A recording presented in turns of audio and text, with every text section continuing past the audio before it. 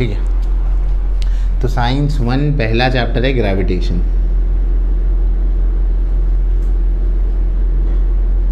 ठीक है, रिकॉर्ड इसीलिए कराएंगे, घर जाके देख के रिटर्न नोट्स बनाएंगे आप। ठीक है, ग्रेविटेशन पढ़ने से पहले अच्छा ये बताओ कि जब आपको जब सुनाई देता है ये शब्द ग्रेविटेशन, तो क्या मतलब है इसका? क्या मतलब है ग्रेविटी का? क्या मतलब है? क्या होती है ग्रेविटी? किसे कहते हैं? सोशल फोर्स अर्थ में होता है, चीज़ों को अपने मतलब यूनिवर्स की हर दो चीज़ों के बीच में एक फोर्स होता है, इसको ग्रेविटी बोलते हैं, जो कि आपस में दोनों को मिलाकर रहने की वो करता है। नहीं, वो तो ग्रेविटी नहीं होगा ना। ग्रेविटी तो वो फोर्स है जो हर ऑब्जेक्ट को कहाँ लेता है? नीचे की तरफ लेता है। वो तो फोर्स ऑफ अट्रैक्शन है ना। ग्रेविटी तो वो चीज़ है या वो फोर्स है जो हर ऑब्जेक्ट को कहाँ खींचता है? अर्थ के सेंटर की तरफ खींचने की कोशिश करता है। अगर मैंने यहाँ से माइक निकाल दिया, कहाँ जाएगा? नीचे जाएगा, बराबर है। ऐसा कुछ होता है ना। तब मुझे ये बताओ कि इसमें एक शब्द आ रहा है फोर्स। ग्रेविटी एक फोर्स है, तो फोर्स का क्या मतलब होता है? फोर्स किसे कहते हैं? फोर्स क्या है एग्जैक्टली? Push pull. हाँ, पुश पुल है ना।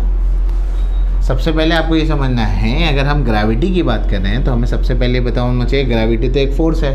तो ग्रेविटी में अगर ग्रेविटी एक फोर्स है या ग्रेविटेशनल फोर्स कहा जाता है, तो सबसे पहले समझना ज़रूरी है कि फोर्स क्या है ना। 9th के डेफिनेशन में हम ये पढ़ते हैं कि फोर्स एक ऐसी चीज़ है या एक ऐसा फेनामेना है जिसमें हम कोई ऑब्जेक्ट को अपनी तरफ उठाते हैं या अपने से दूर करते हैं। पुश या pull towards an object is called a force.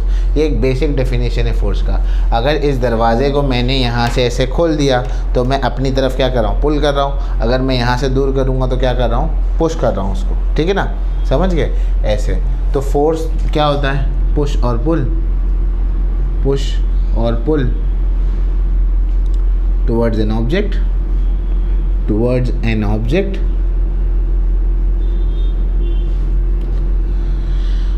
is called a force, is called।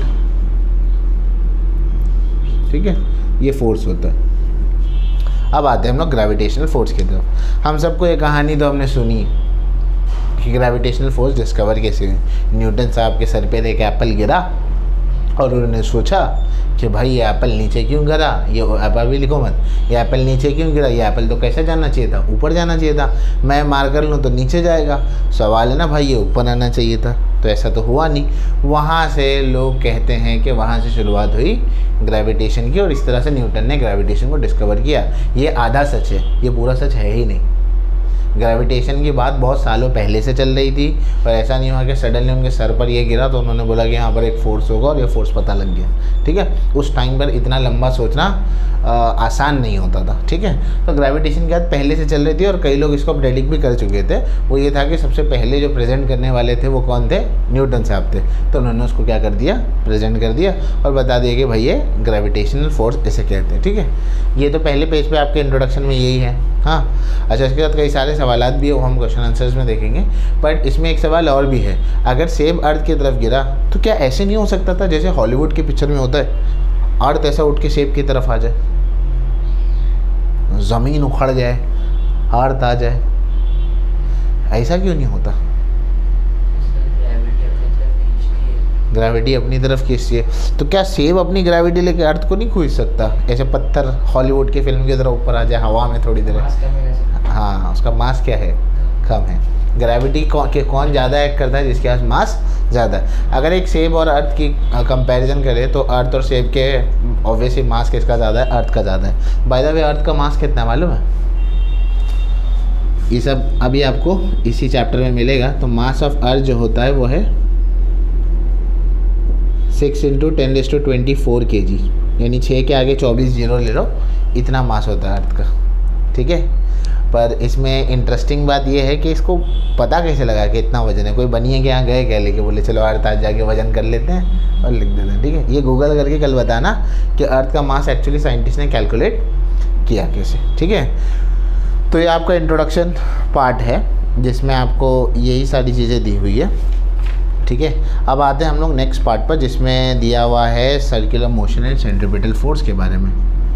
Circular motion and centripetal force. Line by line आप रीड करेंगे इसको, लाइन बाय लाइन मैं नहीं रीड करूँगा। जिस चैप्टर में रीड करना होगा वहाँ करूँगा, बाकी सब में नहीं करूँगा, क्योंकि मैं कई बार इसको लाइन बाय लाइन रीड कर चुका हूँ, ठीक है। इसीलिए सर्कुलर मोशन क्या होता है? अगर कोई ऑब्जेक्ट गोल घूम रहा है तो वो सर्कुलर मोशन है। बड़ा बहुत आसान सी बात है ना? हाँ। पर मैं बोलूँ सर्कुलर मोशन दुनिया में होता ही नहीं है, ये तो झूठ है। जैसे माइनस और डिवाइड झूठ है, वैसे सर्कुलर मोशन भी दुनिया में होता ही नहीं है। न्यूटन का पहला लॉ क्या है? 9th स्टैंडर्ड में आपने पढ़ा है।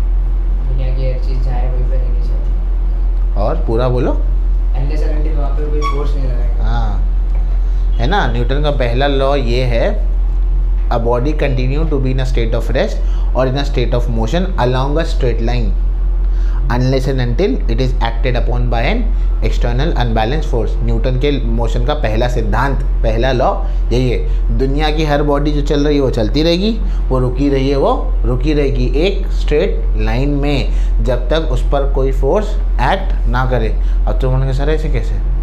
ये मार्कर है, ये मार्कर है, ये तो रुक गया। न्यूटन क्या कह रहा है? अगर चल रहा है तो क्या होना चाहिए? चलते रहना चाहिए। सपोज़ करो आप कहीं पे चल रहे हो, आप कहीं से फिसल गए, फिसलते ही रहोगे, क़यामत आने तक फिसलते रहोगे, है ना। अगर रुक गए तो उसका मतलब क्या है? आप पर क्या लगी? कोई फोर्स लगी, तभी आप क्या करे हो? रुके हो।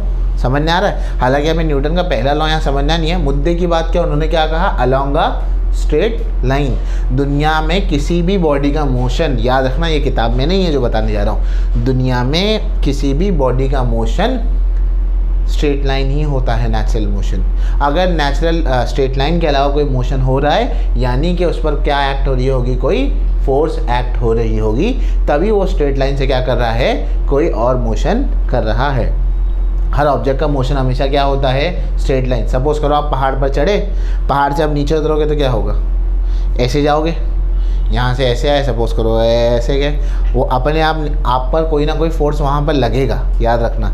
या आप गाड़ी चला रहे हो, आपने टर्न लिया, टर्न लेते हो, गाड़ी खरीदते हो तो हम कुछ चीज़ें देखते हैं, उसमें से एक टॉर्क भी देखते हैं, गाड़ी का टॉर्क कितना है। हाँ, वो टर्न लेते हो तो आपको एक काम आएगा, तो उसमें भी याद रखना। मतलब चलो वहाँ पर जाने का थोड़ा सा दूर हो जाएंगे, तो याद रखो अगर कोई ऑब्जेक्ट सर्कुलर मोशन परफॉर्म कर रहा है, यानी कि इसका मतलब क्या है? उस पर कोई फोर्स एक्ट हो रहा है, इसीलिए क्या कर रहा है? वो सर्कुलर मोशन को परफॉर्म कर रहा है। फॉर एग्ज़ाम्पल, अब ये ऑब्जेक्ट कहाँ है? स्ट्रेट लाइन जा रहा है, ये ऐसा जा रहा है, हाँ ठीक है। यहाँ पर किसी ने उसको धक्का मार दिया, यहाँ से क्या कर दिया? धक्का मार दिया, हाँ, उसको एक फोर्स एक्सपीरियंस हो, यहाँ से यहाँ से, तो क्या हो गया? ऐसा हो जाएगा। अरे हो जाएगा नहीं ऐसा, ठीक है। अब वो फिर ऐसा होने के बाद फिर कैसे जाने की कोशिश करेगा? ऐसे जाने की कोशिश करेगा, फिर कोई धक्का मारेगा तो फिर कैसे हो जाएगा? वो ऐसे हो जाएगा। समझ में आ रहा है? फिर कोई धक्का मारेगा, फिर कोई फोर्स एक्सपीरियंस करेगा, फिर क्या हो जाएगा? ऐसे और ऐसे ऐसे करके क्या करेगा? एक पूरा सर्कुलर मोशन क्या करेगा? परफॉर्म करेगा। समझ में आया? यानी कि कोई ऑब्जेक्ट अगर सर्कुलर मोशन में है तभी भी वो स्ट्रेट लाइन मोशन में ही है एक्चुअली, पर उस पर कोई तो फोर्स एक्ट कर रहा है, जिसकी वजह से वो किस में हो गया है? सर्कुलर मोशन में हो गया। वो जो फोर्स एक्ट कर रहा है ऑब्जेक्ट को सर्कुलर मोशन में रखने के लिए, उस फोर्स का नाम क्या है? Centripetal force. समझ में आया? यानी कि अगर कोई ऑब्जेक्ट सर्कुलर मोशन में है तो सर्कुलर मोशन में होने के लिए उस पर कोई फोर्स एक्ट करेगा। क्यों? इससे समझे? ये किताब में नहीं है जो समझा रहा हूँ, किताब में इतना ही दिया है कि कोई ऑब्जेक्ट को मोशन में सर्कुलर मोशन में घुमाने के लिए जो फोर्स एक्ट होता है वो सेंट्रीपिटल फोर्स है। क्यों होता है वो नहीं दिया है, वो बता रहा हूँ, ध्यान सुनो। तो अगर कोई ऑब्जेक्ट स्ट्रेट लाइन दिएगा, सर्कुलर मोशन ले रहा है, तो यानी उस पर कोई फोर्स एक्ट हो रहा होगा। ये अभी हमने यहाँ से डायग्राम से सीखा और समझा, तो इसका मतलब उस पर कौन सा फोर्स एक्ट हो रहा है? सेंट्रीपिटल फोर्स एक्ट हो रहा है। समझ गए? इसका एग्जाम्पल कैसे लेंगे? एक पत्थर लेते हैं, एक स्ट्रिंग लेते हैं, धागा लेते हैं, गोल घुमाते हैं घुमाते हैं घुमाते हैं, बराबर है। आप गोल घुमाते रहेंगे तो क्या होगा? गोल घूमता रहेगा। एक चीज़ आपने देखी, उसके अंदर धागा और आपके हाथ के, जब तक आप घुमा रहे हो धागा एकदम स्ट्रेट रहेगा, टाइट रहेगा। जैसे ही आपने उसकी स्पीड स्लो कर दी, पर आपके हाथ में ही है धागा, पत्थर कहाँ गिरेगा? आपके हाथ के करीब गिरने की कोशिश कर। देखो ज़ोर ज़ोर घुमा के छोड़ दो, आपके हाथ पे पड़ेगी मार। होता है ना, करा हुआ कुछ ना कुछ, ऐसे गोल गोल घुमा के ऐसे कर दो, या आपने ऐसे गोल गोल घुमा के छोड़ दिया तो क्या होगा? नीचे गिरेगा, पर नीचे गिरने से पहले जाएगा कैसे? उड़ेगा कैसा? हाँ, थोड़ा सा एलॉबरेट करता हूँ। सीढ़ी देखिए, सीढ़ी होती है, सीढ़ी सीढ़ी होती है ना, ऐसे गोल गोल घूमती है वो अंदर। हाँ, कोई चीज़ गोल गोल घूमने, अच्छा छोटे बच्चों को तो गार्डन में मैरी गो राउंड खेलते हैं, वैसे खड़े होते हैं गोल गोल घूमने का, गोल गोल घूमते। कोई बच्चा गोल गोल घूमने का हाथ छोड़ देगा तो क्या होगा? गिर जाएगा। कैसे गिरेगा? कार्टून में देखा है, उड़ के गिरता है वो, नहीं देखा? अभी कहीं गार्डन वार्डन में जाओ अपने छोटे भाई बहन को लेके, ठीक है, उसको गोल गोल घुमाओ और मतलब एक बीच में छोड़ दे तब तुमको मालूम पड़ेगा। मतलब बताने का मतलब ये है, अगर कोई ऑब्जेक्ट सर्कुलर मोशन को छोड़ दे फौरन, तो कैसे जाएगा? टेंजेंशियली गिरेगा। कैसे गिरेगा? टेंजेंशियली, मतलब वो यूँ उड़ के जाएगा ऐसे। ये गोल घूम रहा है, घूमते घूमते घूमते छोड़ दो, नीचे तो गिरेगा ही, पर कैसे गिरेगा? ऐसे उड़ के गिरेगा। समझ गए? तो दूसरी बात क्या समझ में आई? अगर कोई ऑब्जेक्ट सर्कुलर मोशन को छोड़ दे तो कैसे जाएगा? पहले टेंजेंशियली जाएगा, फिर उसके बाद नीचे की तरफ आएगा। तो ये बात भी याद रखनी है, ठीक है। तो ऑब्जेक्ट हमेशा कौन सा मोशन करता है? Straight line motion. अगर उस पर कोई फोर्स एक्ट करे तो कौन सा मोशन हो जाएगा? Circular motion. और अगर सर्कुलर मोशन हो गया और ऑब्जेक्ट, तो सर्कुलर मोशन हमेशा क्या करता है? उसको सर्कुलर मोशन परफॉर्म करके सेंटर पे रखने की कोशिश करता है। और अगर आपने सर्कुलर मोशन को छोड़ दिया तो कहाँ चला जाएगा? टेंजेंशियली जाएगा। कैसे जाएगा? टेंजेंशियली। समझ नहीं आई बात? अब बड़ी इंटरेस्टिंग चीज़ पढ़ते हैं हम, ठीक है। वो है केपलर्स लॉ ऑफ मोशन। ये एग्ज़ाम में आता है, बोर्ड एग्ज़ाम का फेवरेट है, Kepler's law of motion. Kepler's law मैंने काफ़ी 2 पेज पढ़ा दिया, ठीक है। मैं कई टाइम से पढ़ा रहा हूँ तो इसलिए मैं उसको जल्दी पढ़ा देता हूँ। उसका मतलब ये नहीं कि इसके अंदर का मैं, तुमको बहुत सारी चीज़ें उसमें पढ़नी है, अभी बैठ के आप पढ़ेंगे उसको भी। तो केपलर्स लॉ ऑफ मोशन क्या है? या तो इसका पूरा नाम है Kepler's law of planetary motion, ठीक है।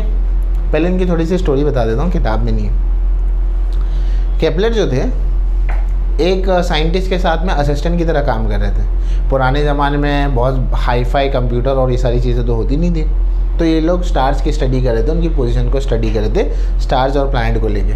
तो रोज़ रात में बैठकर उसके जो साइंटिस्ट के, जिन साइंटिस्ट के साथ ये काम कर रहा था केपलर, वो उसके ऑब्जर्वेशन को लिखते थे और ये उनको असिस्ट करते थे, असिस्टेंट थे, हेल्प करते थे। ऑब्जर्वेशन लिखते लिखते लिखते उन्होंने इतने ऑब्जर्वेशन लिख लिए कि एक रूम भर के किताब भर गई। ऑब्जर्वेशन से पूरी रूम भर के किताब भर गई, इतने ऑब्जर्वेशन उन्होंने लिख दिए। अब इतने ऑब्जर्वेशन को क्या करेंगे? एनालाइज करेंगे और उससे कोई कंक्लूजन निकालेंगे। अरे नंबर कुछ बताएंगे ना आपको, ठीक है। हुआ यूँ कि वो एनालाइज करने से पहले वो जो साइंटिस्ट थे वो मर गए। तो उनके असिस्टेंट कौन थे? केपलर। तो केपलर ने ये सारे ऑब्जर्वेशन को जमा किया और उन्होंने 3 सिद्धांत दिए। जैसे न्यूटन के 3 लॉ होते हैं, वैसे इन्होंने 3 लॉ दिए, Kepler's law of planetary motion, ठीक है। समझना है? तो Kepler law of planetary motion क्या है? ये प्लैनेट्स के मोशन के बारे में बताता है कि प्लैनेट कैसे मूव करते हैं, ठीक है। यूजुअली हमें मालूम है कि हमारे यूनिवर्स के सेंटर में कौन है, मतलब हमारे सोलर सिस्टम के सेंटर में कौन है? सन। सन के अराउंड सारे प्लैनेट क्या करते हैं? घूमते। कैसे घूमते? गोल गोल। हम क्या बोलते हैं? गोल गोल घूमते, बराबर है।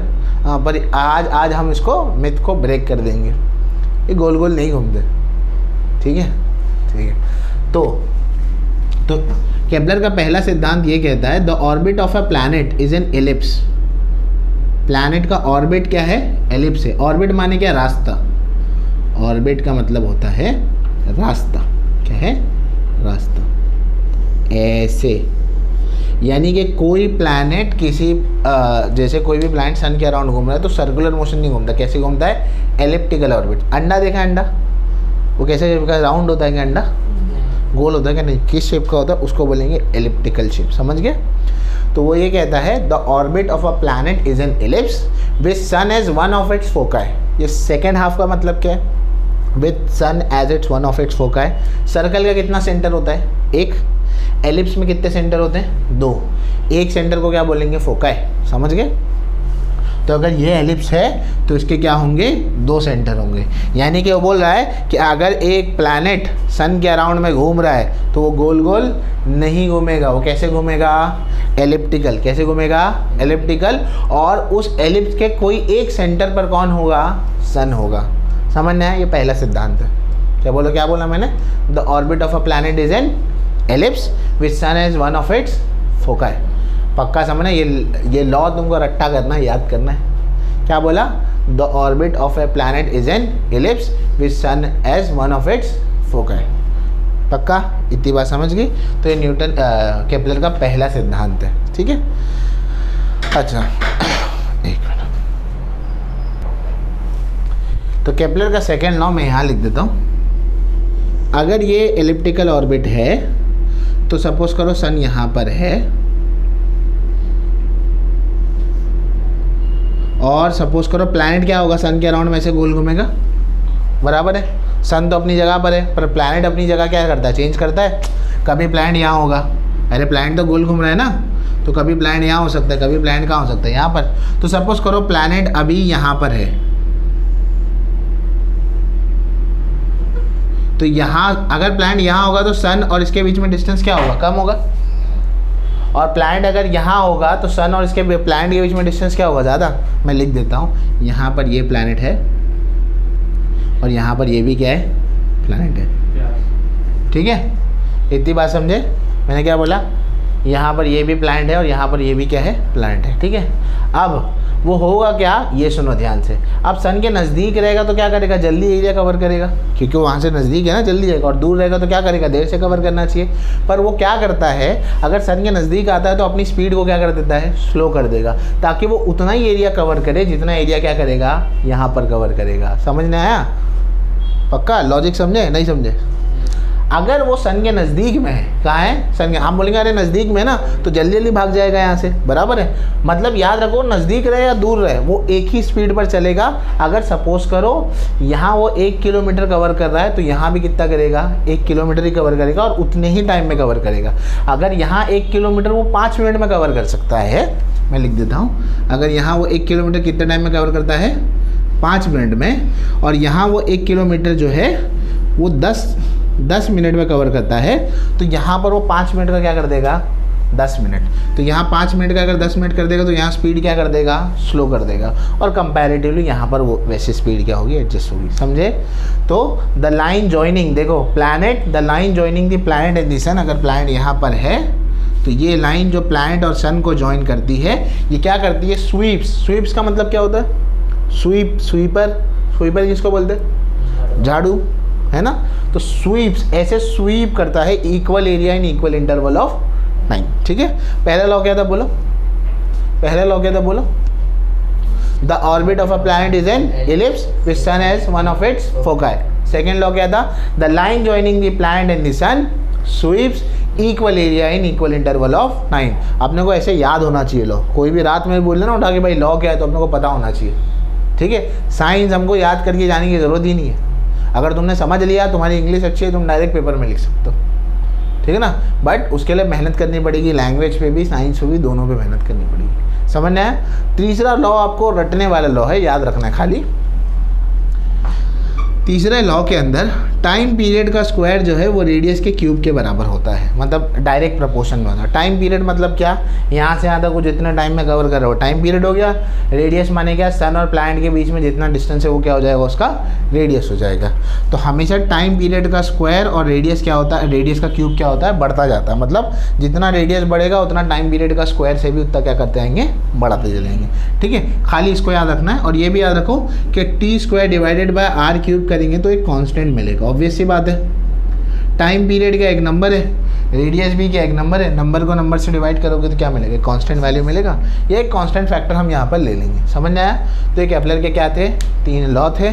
इससे पहले हमने क्या पढ़ा, ग्रेविटेशन क्या है, फोर्स क्या है, उसके बाद क्या पढ़ा, सर्कुलर मोशन क्या है, सेंट्रीपिटल फोर्स क्या है। 3 बात और 3 लॉ, 6 चीज़ें पढ़ ली। एक चीज़ और बढ़ा दूंगा, फिर हम वहाँ पर रुक जाएंगे, फिर आप पढ़ेंगे उसको, ठीक है ना। ये बड़ा इंपॉर्टेंट है। हाँ, Newton universal law of gravitation. Newton को हम महान क्यों मानते हैं, इसलिए नहीं कि उसने क्या कर दिया, वो लॉ दे दिया उसने, उसके अलावा उसने एक ऐसा लॉ दे दिया जो सिर्फ अर्थ पे नहीं चलता, पूरे यूनिवर्स में चलता है। यूनिवर्स समझते हो क्या होता है, यूनिवर्स, यूनिवर्स क्या होता है, सारी गैलेक्सीज, हाँ सब मिलाकर। जैसे अर्थ एक है, उसमें सोलर सिस्टम है, ये एक सिस्टम है खाली। ऐसे कई हज़ारों करोड़ों सिस्टम मिलाकर क्या बनेगा, एक यूनिवर्स बनेगा। समझ में आया। ठीक है, तो वो पूरे उसने एक ऐसा लॉ दे दिया जो पूरे यूनिवर्स पे एप्लीकेबल है। मतलब अर्थ पे बैठा हुआ आदमी यूनिवर्स का लॉ दे रहा है ना। तो देखते लॉ क्या है। लॉ ये है Newton universal law of gravitation. लिखता हूँ बोर्ड पे, यहाँ पे लिखता हूँ, इतना आ रहा है यहाँ पर, हाँ चलो हो जाएगा हफ्ते में, ठीक है ना। Newton universal law of gravitation, universal law of gravitation क्या होता है देखते हैं। पहले मैं समझा देता हूँ फटाफट, फिर यहाँ पे हम उसके बाद आप रीड करना, इतना ही साइंस पढ़ेंगे आज, काफ़ी साइंस हो, ठीक है। लॉ सुनो क्या है। Every body in the universe, आता हूँ, every body in the universe which has मास, दुनिया की हर बॉडी जिसके पास क्या है, मास है। मास समझते हो ना, ठीक है। एवरी, तुम्हारा दुबला दोस्त भी होगा, उसके पास भी क्या होगा, मास तो होगा, समझते हो ना, मास समझते हो कि नहीं। हाँ, every body in the universe which has मास, ठीक है, will attract other body which has mass which is directly proportional to the product of their masses and inversely proportional to the square of the distance between them। समझा क्या? कुछ नहीं। देखो बताता हूँ, अगर दुनिया की कोई दो बॉडी जिसके पास मास है, जैसे पोडियम के पास मास है, मेरे पास मास है, हम दोनों के पास मास है।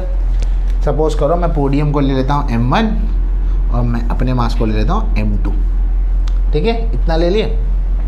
तो न्यूटन क्या कर रहा है, दुनिया की दो बॉडी जिन दोनों के पास क्या है, मास है, वो एक दूसरे को क्या करेंगे, अट्रैक्ट करेंगे। क्या करेंगे, अट्रैक्ट।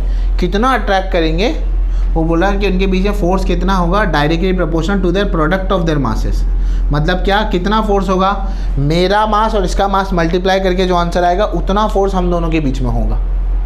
अरे समझ में आया। हाँ, और इन्वर्सली प्रोपोर्शनल क्या होगा, डायरेक्ट प्रोपोर्शन और इन्वर्स प्रोपोर्शन, ये दो चीज़ें पहले समझ लो।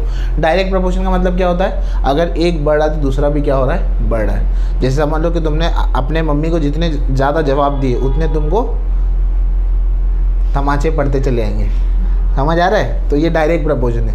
इन्वर्स प्रोपोर्शन क्या होता है, तुमने जितने ज़्यादा जवाब दिए तुम्हारे उतने डिमांड क्या होती जाएगी, कम होती जाएगी। तो एक इन्वर्स प्रोपोर्शन, समझ गए, जोक सपाट। तो डायरेक्ट प्रोपोर्शन मतलब अगर एक चीज़ बढ़ेगी तो दूसरी चीज़ भी क्या होगी, बढ़ेगी। इन्वर्स प्रोपोर्शन मतलब एक चीज़ बढ़ेगी तो दूसरी चीज़ क्या होगी, घटेगी। समझना है।